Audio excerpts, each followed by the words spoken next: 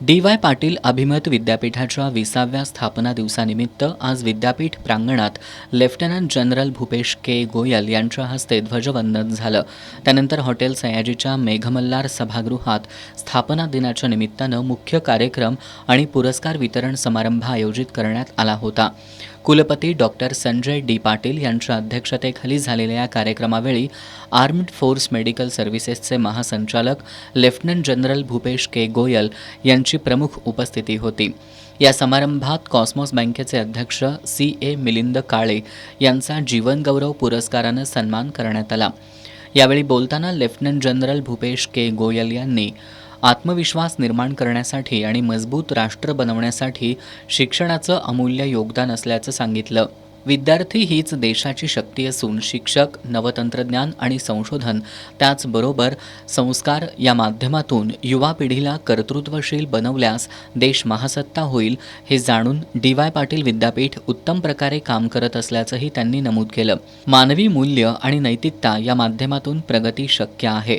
गुणवत्तापूर्ण शिक्षणाबरोबरच संस्काराची शिदोरी देणारं डी.वाय. पाटील विद्यापीठ येत्या काही वर्षात जागतिक रँकिंगमध्ये नाव कमावेल असा विश्वासही त्यांनी व्यक्त केला. डी.वाय. पाटील विद्यापीठाचे कुलपती डॉक्टर संजय डी. पाटील यांनी डी.वाय. पाटील विद्यापीठ त्याचबरोबर डी.वाय. पाटील हॉस्पिटलच्या माध्यमातून सामाजिक बांधिलकी जपण्याचं काम डी.वाय. पाटील ग्रुप करत असल्याचं सांगितलं. डी.वाय. पाटील ग्रुपच्या यशामध्ये स्टाफचा सिंहाचा वाटा असल्याचं त्यांनी सांगितलं.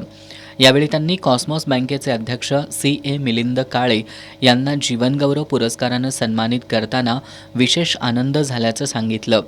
डी.वाय. पाटील विद्यापीठाला NAC A++ आणि QSI गेज डायमंड मानांकन मिळालंय. भविष्यात जागतिक क्रमवारीसाठी आम्ही प्रयत्नशील आहोत. येत्या 2 वर्षात जगातील सर्वोत्तम विद्यापीठांच्या क्रमवारीत स्थान मिळवण्याचं आमचं ध्येय असल्याचं डॉक्टर संजय डी. पाटील यांनी सांगितलं. माझी पूर्ण इच्छा आहे की पुढच्या 2 वर्षाच्या कालावधीमध्ये नक्कीच डी.वाय. पाटील युनिव्हर्सिटी ही मॅक्झिमम वर्ल्ड रँकिंग 500 मध्ये कशी येईल हे नक्की आम्ही पाहणार. तुमच्या सर्वांची जबाबदारी राहणार आहे की ती 500 मध्ये आपल्याला कशी युनिव्हर्सिटी येईल. 14-15 युनिव्हर्सिटीज आज वर्ल्डमध्ये इंडियामध्ये आहेत. त्या दृष्टीने आपण देखील तेवढ्या लेवलला कसं पोहोचता येईल. रिसर्च असेल, फंडिंग असेल, MOU असतील, वेगवेगळ्या संस्थेचे आमचं कोलॅबरेशन बाहेर देखील होत आहे. जेवढं काय चांगलं मुलांना देत आहे, जेवढं अकॅडमिकली चांगलं देत आहे, नक्कीच मी आजपर्यंत देण्याचा प्रयत्न केलेला आहे. इथून पुढे देखील ऋतुराज असेल, पृथ्वी असेल, तेजस असेल, या देवशी असेल, ती 4थी पिढी देखील आज एज्युकेशनमध्ये चांगल्या पद्धतीनं लक्ष घालत आहे. कॉस्मॉस बँकेचे अध्यक्ष C.A. मिलिंद काळे यांनी पुरस्काराबद्दल कृतज्ञता व्यक्त करताना डी.वाय. पाटील विद्यापीठानं दिलेली कौतुकाची थाप आणखी जबाबदारी वाढवणारी असल्याचं सांगितलं. पाटील कुटुंबानं शिक्षणाचा वटवृक्ष करून न थांबता ठिकठिकाणी शिक्षणाची वनराई तयार केली असून 40 ते 50 वर्षांपूर्वी शिक्षणाची वेगळी गरज होती. ती गरज ओळखून पद्मश्री डॉक्टर डी.वाय. पाटील यांनी शिक्षणाची ज्ञानगंगा आणली असल्याचं त्यांनी नमूद केलं. त्यांनी आपल्याला पुरस्कार स्वरूपात पहिल्यांदाच आर्थिक रक्कम मिळाली असून पुरस्काराची 1 लाख रुपयांची रक्कमेत आणखी 1 लाख रुपयांची भर घालत 2 लाख रुपये डी.वाय. पाटील कृषी विद्यापीठाकडील संशोधनासाठी देत असल्याचं C.A. काळे यांनी जाहीर केलं.